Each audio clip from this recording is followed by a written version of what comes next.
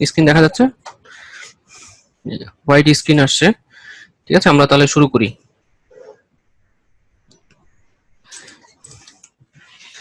Last ক্লাসে আমরা যেটা দেখেছিলাম এমএস অফিস সম্পর্কে কিছু কথা বলেছিলাম, সেগুলো থেকে আবার শুরু করবো আজকে। আবার সামান্য কিছু সেল রেফারেন্স নিয়ে কাজ করব আজকে, তেমন বেশি কিছু দেখবো না। ঠিক আছে, আর হচ্ছে যে এখানে শামীম সকাল ভাই, আপনার ভিডিওটা একটু অফ করে ফেলবেন, কারণ আপনাকে সবকিছু দেখা যাচ্ছে। হ্যাঁ,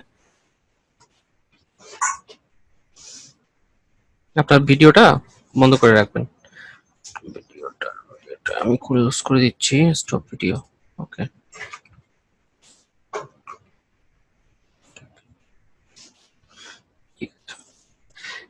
এমএস অফিসে যেটা আমি গত ক্লাসে বলেছিলাম, সেটা হচ্ছে এমএস অফিস হচ্ছে কালেকশন অফ ডেস্কটপ অ্যাপ্লিকেশন।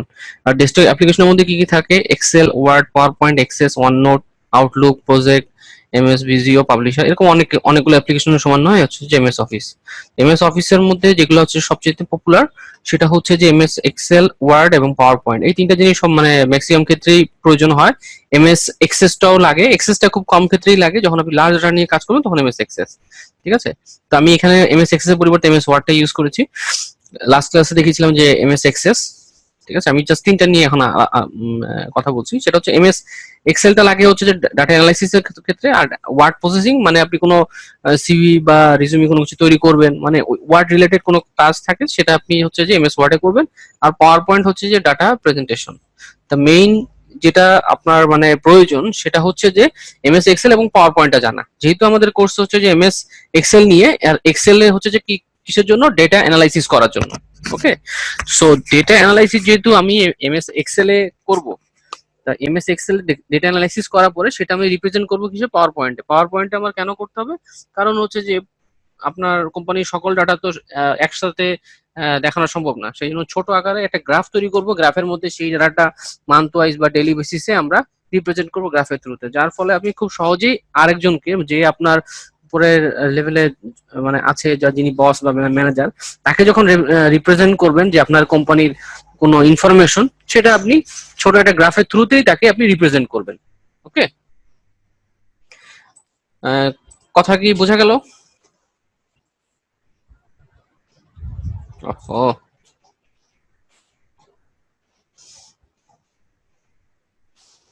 এটা কি বুঝতে পেরেছেন? ওকে, সো আপনি যদি কোনো ডাটা রিপ্রেজেন্ট করতে হয় তাহলে এমএস পাওয়ার পয়েন্টের থ্রুতে রিপ্রেজেন্ট করতে হবে। আর যদি আপনি কোনো ডাটা, আপনি সেই ডাটাটাকে রিপ্রেজেন্ট করার জন্য প্রথম ধাপে হচ্ছে যে এমএস এক্সেল এর সহায়তা নিতে হবে। কারণ এমএস এক্সেল এর সাহায্য ছাড়া আপনি এমএস পাওয়ার পয়েন্টে যে ডাইরেক্টলি কোনো কিছু সহজে করতে পারবেন না, কারণ আপনার ডাটা অ্যানালাইসিস করার জন্য এমএস এক্সেলটা প্রয়োজন। এই জন্য এমএস এক্সেল জানার পরে আপনি যখন পাওয়ার পয়েন্টে এক্সপার্ট হবেন, তখন আপনি একজন মানে আপনি যেমন হচ্ছে অ্যানালিস্ট ভালো হবেন, তেমনি হচ্ছে যে ডাটা রিপ্রেজেন্ট করার দক্ষতা আপনার মধ্যে চলে আসবে। ঠিক আছে, তো আমরা একটা ডাইনামিক একটা ড্যাশবোর্ড দেখি। দেখেন ডাইনামিক ড্যাশবোর্ডে কিভাবে কাজ করছে সেটা। এখানে যখন ইয়ার গুলো সিলেক্ট করে দিচ্ছে, সে অনুযায়ী ডাটা কিন্তু গ্রাফগুলো অটোমেটিক্যালি চেঞ্জ হচ্ছে। যখন লার্জ টু স্মল এখানে সিলেক্ট করে দিচ্ছে, তখন সেটা অটোমেটিক্যালি চেঞ্জ হচ্ছে। এমনকি যখন এটা এখানে আদার্স যে আরো অপশনগুলো সিলেক্ট করলো, সেগুলো কিন্তু অটোমেটিক্যালি চেঞ্জ হচ্ছে। তা এই যে অপশনগুলো, হ্যাঁ, এগুলো যে চেঞ্জ হচ্ছে, এগুলা কিভাবে কাজ করছে? এগুলা কাজ করছে টোটালি হচ্ছে যে ডাইনামিক ড্যাশবোর্ডের থ্রুতে। ঠিক আছে, এই টোটাল জিনিসটা যখন আপনি নিজে নিজে করতে চাবেন, হ্যাঁ, যখন আপনি মানে এই টোটাল কাজটা করতে করতে চাবেন, যে আপনি সবগুলা গ্রাফ, এই যে সবগুলা চার্ট যে চলে আসছে একটার পর একটা, এখানে এটা সিলেক্ট করার পরে এই জিনিসটা এরকম যদি আপনার যদি পুরো জিনিসটা যদি রেডি থাকে, তাহলে দেখা যাচ্ছে যে আপনি জাস্ট ইয়ারে ক্লিক করলেন, তা সেই ইয়ারের সকল ডাটাগুলা বিভিন্ন গ্রাফে বিভিন্নভাবে চলে আসলো, যার ফলে আপনি একটা চার্ট তৈরি করলেন, মানে একটা একটা জায়গায় জাস্ট ক্যালকুলেশন করলেন গ্রাফও, মানে একটা গ্রাফের থ্রুতে আপনি বিভিন্ন ধরনের অ্যানালাইসিস গুলো দেখাতে পারবেন। ঠিক আছে, যেমন এখানে টোটাল অ্যাসেটের একটা অ্যানালাইসিস দেখাচ্ছে, এখানে সেলস এর অ্যানালাইসিস দেখাচ্ছে, এখানে আবার হচ্ছে যে ক্লিক করলে সে যখন ক্লিক করছে তখন সেই অনুযায়ী সেই ইয়ার ওয়াইজ একটা ডেটা অ্যানালাইসিস এর যেটা গ্রাফ দেখতে পাচ্ছেন। মানে এই জিনিসটা ডাইনামিক করার ফলে যেটা হচ্ছে যে আপনাকে 10-12টা মানে 2018 সালের জন্য আবার অ্যানালাইসিস করে বের করতে হচ্ছে না, আবার 2012 সালের জন্য আবার আপনাকে ডাটা নিয়ে অ্যানালাইসিস করতে হচ্ছে। মানে আপনি জাস্ট ডাটাগুলো একটা জায়গায় রাখলেন, আর একটা জায়গায় ফরম্যাট করে রাখলেন, যে ওই ডাটাগুলো নিয়ে সে এইভাবে সে গ্রাফ তৈরি করবে, জাস্ট আপনি সিলেক্ট করে দিবেন। তো এই ফরম্যাটটা রেডি করতে হয়তো আপনার কিছু সময় লাগবে, একদিন জাস্ট মানে একদিন বা কিছুদিন আপনি কষ্ট করে সেই ফরম্যাটটা রেডি করবেন, রেডি করার পরে জাস্ট পরবর্তীতে ক্লিক করবেন, সেই কাজগুলো সেই ডাটাগুলো অটোমেটিক্যালি চলে আসবে। ঠিক আছে, তো আমরা এই জিনিসগুলো এখানে জাস্ট আমরা যেটা দেখছি যে এখানে ক্লিক করছি ডাটাগুলো চেঞ্জ হয়ে যাচ্ছে, গ্রাফগুলো চেঞ্জ হচ্ছে। ঠিক আছে, এই ডাইনামিক কাজগুলো আমরা ফিউচারে করব যখন আমরা আরো অ্যাডভান্স লেভেলে শিখবো। ঠিক আছে, তো আজকে যেহেতু এমএস এক্সেল এর মানে এই ক্লাসটা মানে গত ক্লাসে আমরা দেখেছি, আজকে আর একটু জিনিসটা ভিজুয়ালাইজ করার জন্য আমি একটু অন্যভাবে দেখালাম, যাতে দেখলে একটু বুঝতে পারেন যে আসলে কিভাবে কাজ করে। ওকে, আজকে এক্সেল ভার্সনের সম্পর্কে আবার কিছুটা কথা বলবো। যদি লাস্ট ক্লাসে কিছুটাও কনফিউশন থেকে থাকে সেটা আজকে ক্লিয়ার হয়ে যায় পুরোপুরি। আমি খুব দ্রুত চলে যাব এই পোর্শনটা। এটা হচ্ছে যে এক্সেল ভার্সন আমরা 2003 সাথে আদার ভার্সনের সাথে তুলনা করছি। 2003 তে হচ্ছে যে রো কলাম সংখ্যা হচ্ছে যে কম, এবং 2007 এবং হচ্ছে 2016 এ রো কলাম সংখ্যা অনেক বেশি। এখানে নাম্বার দেওয়া আছে 10 লাখের উপরে আপনার হচ্ছে যে রো আছে এবং কলাম আছে 16,000, হচ্ছে যে 16,000 সামথিং আছে 2007 টু 2016, যেটা হচ্ছে 2003 তে অনেক কম। তারপরে নেস্টিং ফাংশন লাস্ট ক্লাসে আমি বলেছিলাম যে আমি পরবর্তীতে দেখাবো, তো আমি আজকে ক্লাসে সেটা আপনাদের ভিজুয়াল রিপ্রেজেন্টেশনের জন্য আরো ভালো করে দেখানোর চেষ্টা করছি। এই ধরনের একটা বক্স, এই বক্সের মধ্যে যদি আবার সেম টাইপের একটা বক্স আবার দিলেন, আবার আরেকটা দিলেন, ঠিক আছে, তো ওই একই জিনিস যখন বারবার একটার মধ্যে আরেকটা দিলেন, একটার মধ্যে আরেকটা দিলেন, তো ওইটাই হচ্ছে যে নেস্টিং টাইপের একই জিনিস। ঠিক আছে, তো নেক্সটিং হচ্ছে যে 2003 তে 60টা করা যায়, আর 2007 টু 2016 আপ টু 64টা পর্যন্ত করা যায়। ওকে, লাস্ট ডাটা অবশ্যই সাপোর্ট করে 2007 টু 2016, কিন্তু 2003 তে সাপোর্ট করে না। সেজন্য আপনার যদি ডেটা যদি আপনার 3 বা 4 লাখ হয়, সেটা 2003 তে আপনি যদি সেভ করেন সেই ডাটাটা 2003 এক্সেল ফাইলের মধ্যে বা এক্সেল শিটের মধ্যে সেভ করেন, তখন কিন্তু শুধুমাত্র যতটা রো এবং যতটা কলাম আছে, হ্যাঁ, সেই রো এবং কলামের উপর বেস করে সেই ডাটা সেভ হবে। কিন্তু সেই কলামে বেশি সংখ্যক যদি লেফট থেকে রাইট সাইডে ডাটা থাকে বা উপর থেকে নিচে, এখানে এখানে টোটাল রো আছে কতটা 65,536টা রো। তার মানে হচ্ছে যে 65,536টা রো মানে কি, 65,536টা রো মানে 65,536টা হচ্ছে যে লেখার জন্য লাইন দেওয়া আছে, আর এখানে দেওয়া আছে 10 লাখ। তার মানে 65,000 লাইনের বেশি আপনি লিখতে পারবেন না। সেজন্য আপনি 1 লাখ ডাটা যদি 65,000 লাইনের মধ্যে সেভ করতে চান, তাহলে সেটা সেভ হবে না, তখন সেই ডাটাগুলো রিমুভ করে দিবে, শুধুমাত্র 65,536টাই রাখবে। ঠিক আছে, সেই জন্য হচ্ছে যে লাস্ট ডাটা সাপোর্ট করে কোনটা, লাস্ট ডাটা সাপোর্ট করে 2007 টু 2016। ঠিক আছে, মাঝে মধ্যে এই সমস্যাটা হয়, সেটা আমি গত ক্লাসে বলেছি যে লাস্ট ডাটা আপনি যখন এক্সেল 2003 তে আপনি যখন সেভ করতে যাবেন, মানে অনেকেরই এরকম থাকে যে ব্যাকডেটেড আপনার এক্সেলটা ইউজ করছে, 2003 টা ইউজ করছে, এবং 2003 টা যখন আপনার ইউজ করবে, তখন যেটা সমস্যা হবে সেই ভার্সনে যখন আপনার ওটা সেভ করবে, দেখা যাচ্ছে আপনি কোন একটা অফিসে, গভর্নমেন্ট বা কোনো অফিসে আপনি এক্সেল একটা ফাইল পাঠালেন, কিন্তু সেটা 2003 ভার্সনে আছে তার কাছে, আপনি পাঠালেন হচ্ছে যে 2007 থেকে কোনো ডাটা, কিন্তু সেই ডাটাটা যখন সে নিবে, যদি সেটা মানে 65,536টার চেয়ে একটা রো যদি বেশি হয়, তাহলে সেই ডাটাটা সে ওখানে পাবে না। সে দেখবে যে সে আপনি পাঠিয়েছেন 1 লাখ, সে পাবে হচ্ছে 65,536টা ডাটা। ওকে, তো এই জিনিস এই ইররটা একটু মনে রাখবেন, কারণ এই সমস্যাটা ফেস করতে হতে পারে, যদিও এখন 2007 বা তার আপার ভার্সনগুলো ইউজ করে, কিন্তু এই 2003 এই সমস্যাটা যারা ইউজ করবে তারা এই সমস্যাটা ফেস করবে। ওকে, আর স্পার্ক লাইন নিয়ে গতকালকে বলেছিলাম যে স্পার্ক লাইন হচ্ছে যে ঠিক এরকম একটা জিনিস, যে আপনার এখানে এই যে দেখেন একটা লেফট সাইডে একটা ডাটা আছে এক্সেল সেলের মধ্যে, লেফট সাইডে ডাটা, আর উপর হচ্ছে ফিজিক্স, কেমিস্ট্রি, ম্যাথ, এগুলো হচ্ছে মার্কস গুলো দেওয়া আছে। তা এই মার্কস গুলো আপনি যদি একটা গ্রাফ, ডাইরেক্ট একটা গ্রাফ আপনি না তৈরি করে শুধুমাত্র ওই সেলের মধ্যেই জাস্ট আপনি বোঝার সুবিধার্থে সেলের মধ্যেই আপনি একটু গ্রাফ আকারে দেখতে যাচ্ছেন, মানে নর্মালি আপনি যখন একটা সংখ্যা দেখবেন, সংখ্যা দেখলে কিন্তু বোঝা যায় না যে আসলে কোনটা ছোট বড়, মানে খুব ভালোভাবে খেয়াল করলে আপনি দেখতে পাচ্ছেন যে এটা ছোট, এটা 20, এটা বড়, 0 ছোট, -30 ছোট, মানে এই সংখ্যাগুলো দেখে বুঝতে পারছেন। কিন্তু আপনি যখন একটা ভিজুয়াল কোনো কিছু দেখবেন, মানে জাস্ট ট্রেনটা দেখতে যাচ্ছেন যে আসলে কম বেশি কিরকম ছিল, যে আহ, নীল নেইল নেইল যে পরীক্ষা দিয়েছে তার হচ্ছে যে তার মার্কের মানে এটা কিরকম, ট্রেনটা কিরকম, সে কিরকম মার্ক পেয়েছে, সেটা যদি ভিজুয়াল এটা দেখতে চান, যে ভিজুয়ালি দেখে অনেক কিছু কিন্তু বোঝা যায়। ঠিক আছে, কারণ আপনি যখন একটা বড় কোম্পানিতে যখন জব করবেন, তখন কিন্তু আপনার ওই মার্কের দিকে কেউ দেখে না, তারা দেখে শুধুমাত্র গ্রাফের দিকে, যে গ্রাফটা আসলে কিভাবে যাচ্ছে ওইটা দেখি তারা অনুমান করতে পারে যে আমার স্কোরটা ভালো না খারাপ। ঠিক এরকম একটা গ্রাফ আপনি জাস্ট চার্ট তৈরি না করে ওই সেলের মধ্যেই একটা লাইন আকারে তৈরি করে দিলেই তারা বুঝতে পারবে। মানে এটা হচ্ছে যে আপনার বোঝার সুবিধার্থে মাঝে মধ্যে আমাদের এইভাবে করতে হয়, সেটা আমরা দেখবো ক্লাসে যখন আমরা বুঝতে পারবো। তারপর হচ্ছে ইনসার্ট স্লাইসার। স্লাইসার এর যে অপশনটা, এটা হচ্ছে 2007 এ কিছু ভার্সনে আছে, বা 2007 এর পরবর্তী সকল ভার্সনেই স্লাইসার অপশনটা আছে। স্লাইসার অপশনটা হচ্ছে যে আপনি যখন পিভট টেবিল করবেন বা হচ্ছে যখন ফিল্টারের অপশনটা যখন আপনি অ্যাক্টিভেট করবেন তখন এই স্লাইসার অপশনটা দিবে। হ্যাঁ, স্লাইসারের অপশনের থ্রুতে আপনি কি করতে পারবেন, যে আপনি ফিল্টারিং অপশনটা একটু ডাইনামিক্যালি করতে পারবেন, একটা সুন্দর বাটনের থ্রুতে আপনি সেই ফিল্টারিং গুলো করতে পারবেন। তার স্লাইসারে আরো কিছু সুবিধা আছে, তো সেগুলো আমরা যখন ক্লাস হবে তখন আমরা দেখবো। ঠিক আছে, স্লাইসারটা দেখতে ঠিক এই যে এরকম, এই যে এখানে যে লেফট সাইডে যেটা দেখা যাচ্ছে এটার মতন। এতদূর পর্যন্ত ক্লিয়ার? এটা লাস্ট ক্লাসে দেখিয়েছিলাম, কোনো সমস্যা থাকলে বলতে পারেন। এখন ক্লিয়ার হলে ক্লিয়ার লিখবেন একটু।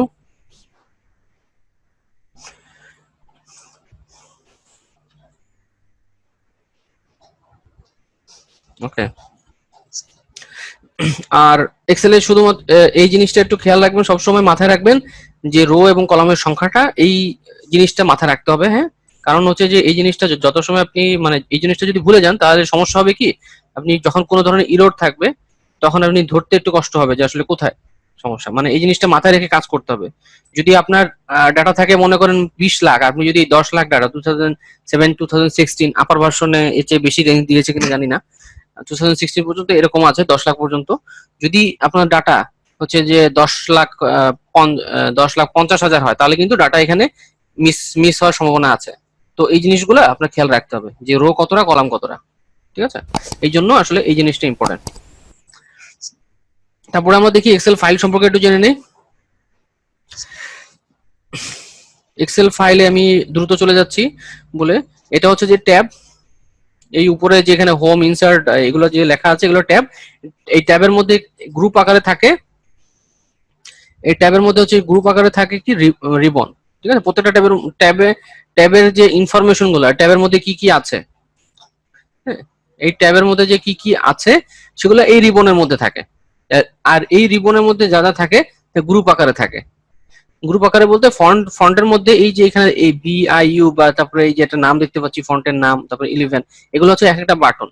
তো এই ফন্ট হচ্ছে একটা গ্রুপের নাম, এই গ্রুপের মধ্যে ওই গ্রুপ নেমের উপরে বেস করে আর কিছু বাটন দেওয়া আছে, সেই ওই গ্রুপ রিলেটেড কাজগুলো সে করবে। যেমন অ্যালাইনমেন্টের মধ্যে সে অ্যালাইনমেন্ট রিলেটেড কিছু বাটন দেওয়া আছে, সেগুলো কাজ করবে। আমরা যখন করব তখন এই জিনিসটা দেখবো। জাস্ট মনে রাখেন ট্যাবের নিচে যে অংশটা যার মধ্যে যে কিছু বাটন দেওয়া আছে বা গ্রুপ আকারে কিছু বাটন রাখা আছে সেগুলো হচ্ছে যে সেই প্লেসটাকে বলা হচ্ছে রিবন। ওকে, তারপরে হচ্ছে যে ফর্মুলা বার। ফর্মুলা বার হচ্ছে যে এই জায়গায় আমরা যখন এক্সেল এর সেলের মধ্যে কোনো কিছু লিখবো সেটা এই ফর্মুলা বারে এটা শো করবে। ওকে, আর এই এক্সেল সেলের মধ্যে যখন লিখছি এটা হচ্ছে ফর্মুলা, এই এফএক্স এর পরে এটা সব জায়গায় 2003 থেকে 2007 বা পরবর্তী ভার্সন গুলোতে এই জিনিসগুলা আপনারা দেখতে পাবেন। তারপরে হচ্ছে যে এই যে ABCD এগুলো লেখা, এগুলো হচ্ছে যে কি কলামের নাম। ঠিক আছে, কলামের নাম সবসময় উপরে থাকে, আর রো নাম্বার বা রো ইন্ডেক্স বলা হয় এটাকে, এগুলো সবসময় লেফট সাইডে থাকে, এগুলো নাম্বার আকারে থাকে। তো এই জিনিসটা খেয়াল রাখবেন। ঠিক আছে, আর এইখানে যেটা আছে এটা হচ্ছে যে নেম বক্স। এখানে যেটা আছে নেম বক্সে হচ্ছে যে আমরা জানি যে কোনো সেলের অ্যাড্রেস থাকে বা এটাকে বলা হয় সেল অ্যাড্রেস।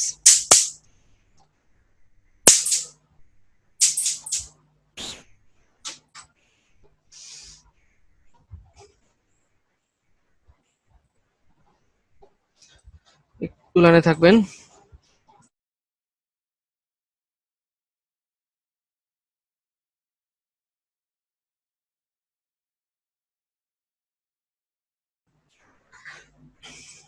আর এখানে যে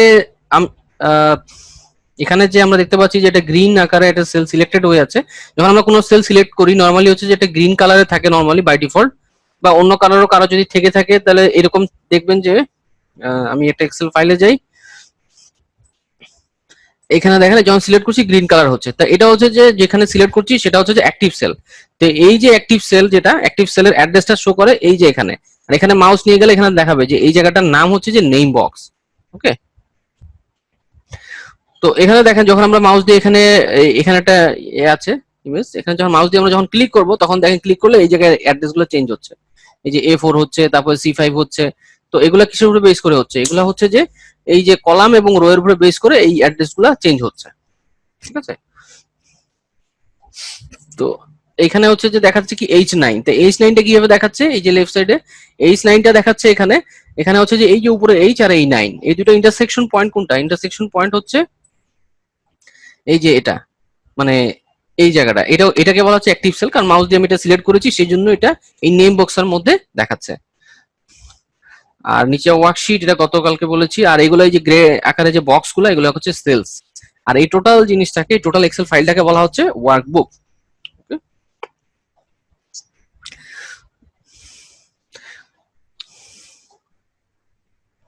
নেক্সট আমরা আজকে দেখবো এক্সেল এর কিছু বেসিক আইডিয়া।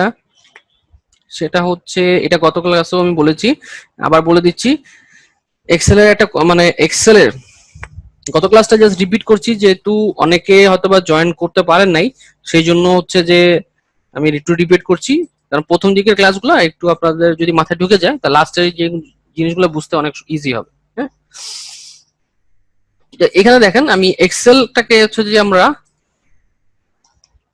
এক্সেল এই এক্সেল ফাইলটাকে আমরা একটা বইয়ের সাথে যদি তুলনা করি, আর এক্সেলের যে শিটগুলা বলতে বোঝাচ্ছি যে এই যে এখানে ক্লিক করলে যে শিট 1, শিট 2, শিট 3, এগুলো হচ্ছে যে একটা পেজের সাথে তুলনা করছি। ঠিক আছে, তো এই পেজের মধ্যে হচ্ছে যে আমি যদি একটা পয়েন্টের লোকেশন, মানে এই জায়গার একটা লোকেশন আমি যদি, ইমরান ভাই যদি কিছু বলতে চান বলেন।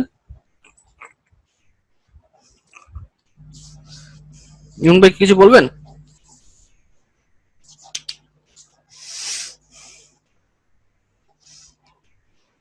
হ্যালো।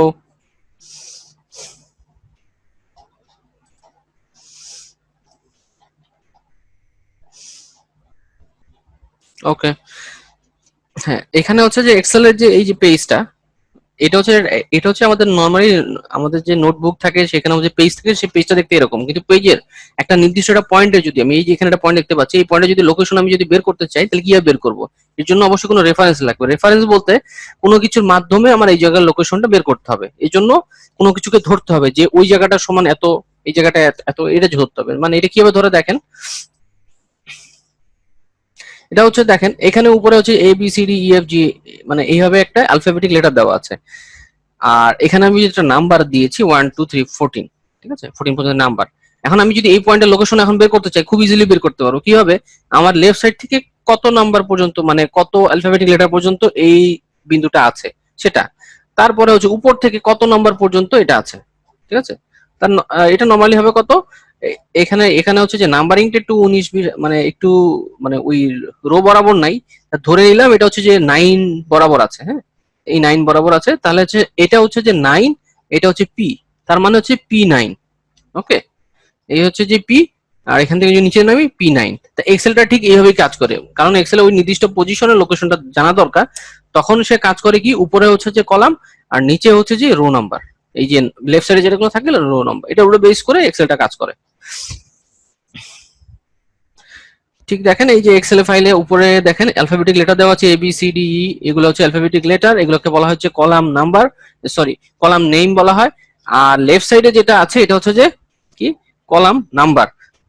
রো এবং কলাম নাম্বার উপরে ইন্টারসেকশন যে পয়েন্ট, সেই পয়েন্টটা হচ্ছে আমরা যখন মাউস দিয়ে কোনো জায়গায় সিলেক্ট করি তখন সে কাজ করে কি হবে, রো এবং কলামটাকে সে সিলেক্ট করে তার যে ইন্টারসেকশন পয়েন্টটা, সেটাই হচ্ছে সেল অ্যাড্রেস। এবং অ্যাড্রেসটা কেন লাগবে, কারণ হচ্ছে আমরা কোনো কারো বাসায় যদি আমরা আপনাকে যেতে বলি, আপনাকে যদি অ্যাড্রেস না দিই তাহলে সেখানে আপনি যেতে পারবেন না। সেই জন্য এক্সেলে ওই জায়গার লোকেশনটা জানার জন্য অবশ্যই আপনাকে ওই সেলের অ্যাড্রেসটা জানা প্রয়োজন। ঠিক আছে, এ পর্যন্ত ক্লিয়ার তো সবার?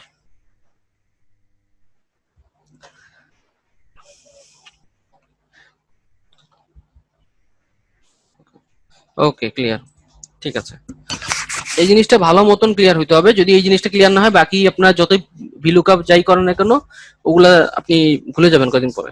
ঠিক আছে, আর হচ্ছে যে এখানে জুমের থ্রুতে যে আপনারা লগ ইন করেছেন, আপনাকে 2 মিনিট পরে সেশনটা আউট হয়ে যাবে। সেশন আউট হয়ে গেলে তখন আপনি আবার একটু লগ ইন করবেন, কারণ এটা হচ্ছে 30 মিনিট পরে সেশন আউট হয়ে যায়। হ্যাঁ, তখন আপনাকে আবার লগ ইন করতে হয়। 30 কি 40 মিনিট এরকম একটা কিছু টাইম আছে। এটা কি জানা আছে?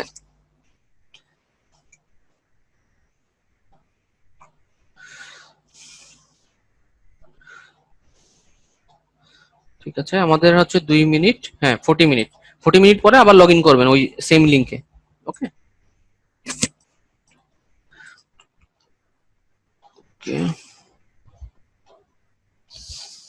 সো আমাদের কোন জিনিসটা খেয়াল রাখতে হবে এখানে, এই এই জিনিসটা খেয়াল রাখতে হবে যে এক্সেলে এটা হচ্ছে যে ই, এই যে উপরের দিকে যে অ্যালফাবেটিক লেটার আছে এগুলো হচ্ছে যে কলামের নেম, আর লেফট সাইডে থাকে নাম্বার, মানে উপরে থাকে টেক্সট, টেক্সট মানে হচ্ছে যে সেগুলো কলাম নেম, এটা হচ্ছে যে নাম্বার। আর এই দুইটা ইন্টারসেকশন পয়েন্ট হচ্ছে এটা সেলের অ্যাড্রেস। সেলের অ্যাড্রেসটা আসলে এইভাবেই ক্যালকুলেট হয়। নেক্সট আমরা যেটা দেখবো এক্সেল এর সেল রেফারেন্স। সেল রেফারেন্সটা কি জিনিস, সেটা আসলে কেন ইম্পর্টেন্ট সেটা কি বলে নি। সেল রেফারেন্সটা কি? সেল রেফারেন্স হচ্ছে যে আপনি যে এই যে বললাম যে আপনার কোনো জায়গায় যেতে গেলে তার সেলের অ্যাড্রেসটা আপনার জানার দরকার, আপনি সেখানে গেলেন। মাঝে মধ্যে এরকম হয় না যে কেউ কাউকে রেফার করে দেয় যে আমার থ্রুতে সে গেছে, তাকে একটু এক্সট্রা প্রায়োরিটি দেন। মানে রেফার মানে হচ্ছে যে আরেকজনকে, সে ওইখানে না যেয়ে আরেকজনকে রেফার করে দেওয়া, এটা কি বলা হচ্ছে যে সেল রেফারেন্সিং। তার এই রেফারেন্সটা বিভিন্ন ভাবে হয়। যেমন হচ্ছে যে আমি এখানে লিখলাম 5, এখন আমি এই যে এই জায়গায় যে এটা কত, যে এটা হচ্ছে যে J6 এই যে এখানে দেখাচ্ছে এই সেলের অ্যাড্রেস। এখন আমি এই যে এই জায়গায় এই 5টা আমি শো করব, আমি 5 এখানে লিখবো না, কিন্তু আরেকটা সেলের মধ্যে যে 5টা আছে সেই 5টা আমি এখানে নিয়ে আসবো। জাস্ট এখানে ইকুয়াল টু সাইন দিতে হবে, ইকুয়াল টু দিয়ে তারপরে ওই সেলের মধ্যে আমি সিলেক্ট করে দেব। দিলে সে এখানে ইকুয়াল টু F8। F8 কোনটা? এই যে এটা এই সেলের অ্যাড্রেসের নাম F8। এই হচ্ছে F আর এই হচ্ছে 8। ঠিক আছে, F8 ইকুয়াল টু F8 মানে সে বুঝতে পারছে যে এই সেলটা, এই সেলের অ্যাড্রেসটা এখানে নিয়ে আসছে, কিন্তু অ্যাকচুয়ালি এই ভ্যালুটা এখানে আছে। সো সো এই সেল রেফার করছে কাকে? এই সেলকে, এই সেলের ভ্যালুকে। ওকে, এই জিনিসটা ক্লিয়ার? একটু পরে সেশন আউট হয়ে যাবে, 1 মিনিট আছে। সেল রেফারেন্সের এটা ক্লিয়ার? এটা হচ্ছে ছোট একটা সংক্ষিপ্ত বিবরণী আসলে সেল রেফারেন্সটা কি।